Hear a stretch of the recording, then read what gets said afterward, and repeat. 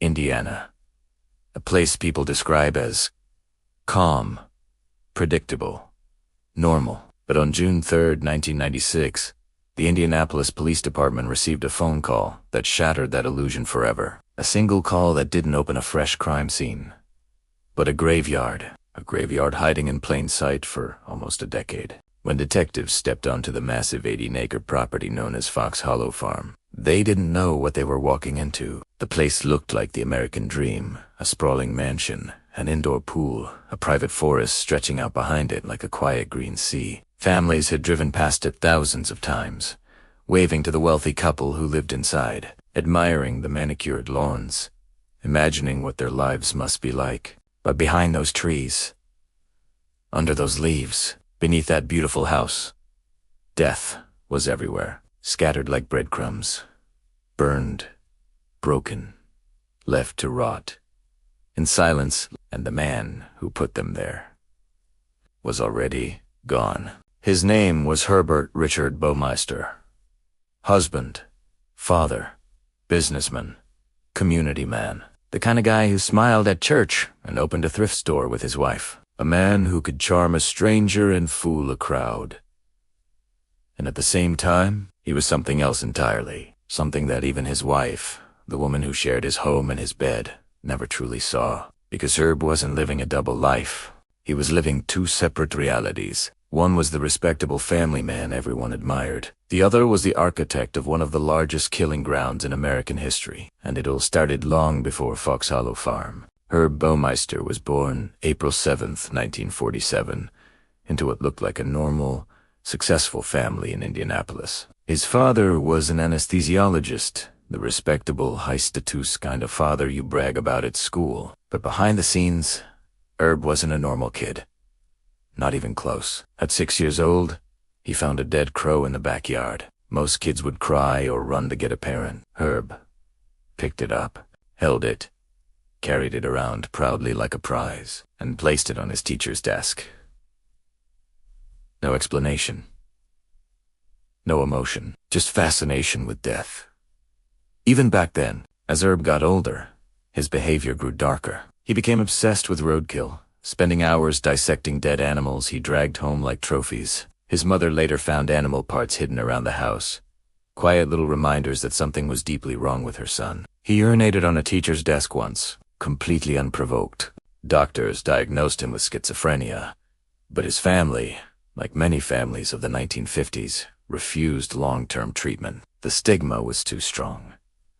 The shame was too heavy. So Herb grew up untreated, unmanaged, and increasingly disconnected from reality. He wasn't bullied. He wasn't a loner because he wanted to be. He was a loner because his peers sensed something off about him.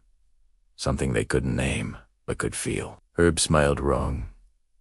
He laughed at the wrong times. He looked through people instead of at them. He graduated high school by the skin of his teeth, floated through college twice, failed both times, and spent years drifting in and out of small jobs while living at home. And then, somehow, he met Juliana. She was warm, kind, patient, a school teacher who believed in people. Even the difficult ones. She thought Herb was quirky, maybe a little wounded, but intelligent and misunderstood. They married in 1971, and for a while, Herb looked stable, normal, even promising. They had 3 children. Herb got a decent job. He climbed the ladder, tried to build a respectable life. But the cracks were always there. He was fired from the Bureau of Motor Vehicles for urinating on a letter addressed to the governor, a shocking echo of his childhood behavior. Yet, somehow, he kept getting second chances. In 1988, he and Juliana opened a thrift store called Save-A-Lot. And to everyone's surprise, they expanded. They grew wealthy. And in 1991, they bought their dream home, Fox Hollow Farm, $1 million estate where everything looked perfect. But Herb's secret life had already begun to fracture the surface. Throughout his marriage, Herb hid his sexuality, either gay or bisexual, in an era where being open about it could destroy everything he built. He lived his public life as Herb, the businessman, the father, the husband, but at night, When Juliana took the kids on long out-of-town trips to visit family, Herb became someone else entirely. He called himself Brian Smart. In Indianapolis's gay bars, Brian was charming, confident, wealthy, a man who could offer excitement, comfort, and a night away from judgment. Many men trusted him instantly. Why wouldn't they? As he made safe, successful, generous. What they didn't know was that Brian Smart was the mask Herb used to hunt. Many serial killers have alter egos, not because of multiple personalities, but because creating a separate identity allows them to justify their darkest impulses. Brian Smart wasn't imaginary. Brian Smart was permission. Herb lured young gay men, often men who were estranged from their families or living transient lives, back to his mansion with the promise of a drink, a swim in the indoor pool, a night of fun. Once there, the atmosphere turned seductive, then dangerous. Alcohol, low lights, come conversation, and then the suggestion of erotic asphyxiation. The kind of thing some men might experiment with, never expecting that their partner intended to kill them. But Herb did. Strangulation is slow, personal. Intimate, in the darkest possible way. Herb didn't kill from a distance. He did it inches from their faces, feeling their final breaths warm against his hands. He knew exactly when they lost consciousness, and he kept squeezing. When it was over, he dragged their bodies to the woods behind his home. Sometimes he buried them shallowly. Sometimes he burned them. Sometimes he scattered their bones like they were nothing more than trash. For years, men vanished from the Indianapolis gay community. Men whose families filed missing persons reports, only to be told they were adults, maybe traveling, maybe moving on, maybe not wanting to be found. And Herb Baumeister used that indifference like camouflage. His downfall came from the one man who got away. Tony Harris met Brian Smart and went back to Fox Hollow Farm. During the encounter, Herb began choking him. Tony realized instantly that something was terribly wrong. He fought back hard and survived. He reported the incident, but had no name, no address, just the face and the alias. Tony's boyfriend, Doug, refused to let it go. He investigated on his own. He hung around bars. He showed sketches. He waited, and eventually, he found Herb. Followed him, took down the license plate. Police finally had a name, Herb Baumeister, but they were stuck. Herb was respected, had money, a family. No judge was going to sign a search warrant based on a sketch and a suspicion. They needed his wife. Detective Mary Wilson approached Juliana in 1995. Juliana refused, not because she was covering for Herb, but because she genuinely couldn't imagine her husband killing anyone. But cracks were forming in her disbelief.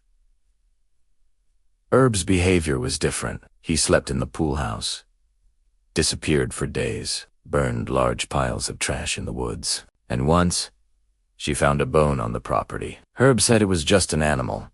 She wanted so badly to believe him. But by 1996, her marriage was collapsing. She filed for divorce and moved out. And once she was away, when she finally took a breath without Herb hovering over her, she realized something was deeply, terrifyingly wrong. She agreed to let police search the property. What happened next is still one of the darkest discoveries in Indiana history. Detectives stepped into the woods behind the house and stopped dead. Bone fragments everywhere, thousands of them.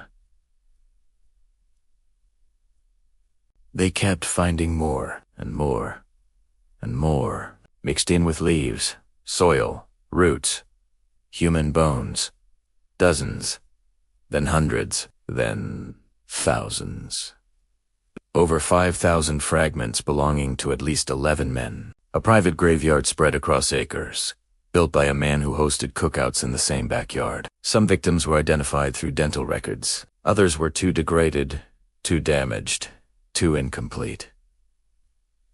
Their names may never be known. When police finally went to arrest Herb, he had vanished. His empty life, the stores, the marriage, the business, had collapsed, and he knew what was coming. He fled to Canada, drifting alone for days. On July 3, 1996, he checked into a campground at Pinery Provincial Park. There, he wrote a 45-page suicide note. He didn't confess. He didn't apologize. He didn't acknowledge a single victim. He blamed his wife. He blamed stress. He blamed his finances. And then he put a .357 Magnum in his mouth and ended his life. Herb Baumeister died without ever facing justice. But his story didn't end there. Investigators uncovered disturbing links between Herb and a series of murders along Interstate 70 throughout the 1980s. Men found strangled and dumped in rural areas across Ohio and Indiana. The timelines matched Herb's business travel. The victim profiles matched. The method matched. But with Herb dead, those cases may never be solved. Fox Hollow Farm has since become infamous. Owners report strange activity. Footsteps in the woods, shadows in the pool house, voices that don't belong to anyone living. But the real horror of Fox Hollow Farm isn't the hauntings, it's the truth it revealed. You can live next to a serial killer. You can work with one. You can marry one. You can raise children with one. Evil doesn't always look wild or unhinged. Sometimes it wears a button-down shirt. Sometimes it runs a business. Sometimes it smiles at the neighbors and waves at passing cars. Herb Baumeister lived 25 years as a husband, a father, a businessman while killing men who trusted him, burying them on his property, and burning their bones in the same woods where his children played. And the darkest part, we still don't know how many he killed, because Herb took the real number with him to the grave. If you're still here, thank you. If you want more stories like this, the ones that hide in plain sight, the ones people forget, the ones that keep you thinking long after the video ends, make sure you subscribe. It helps the channel more than you know. And before you go, tell me in the comments, do you think Herb Baumeister acted alone, or could someone else have known? I'll see you in the next one.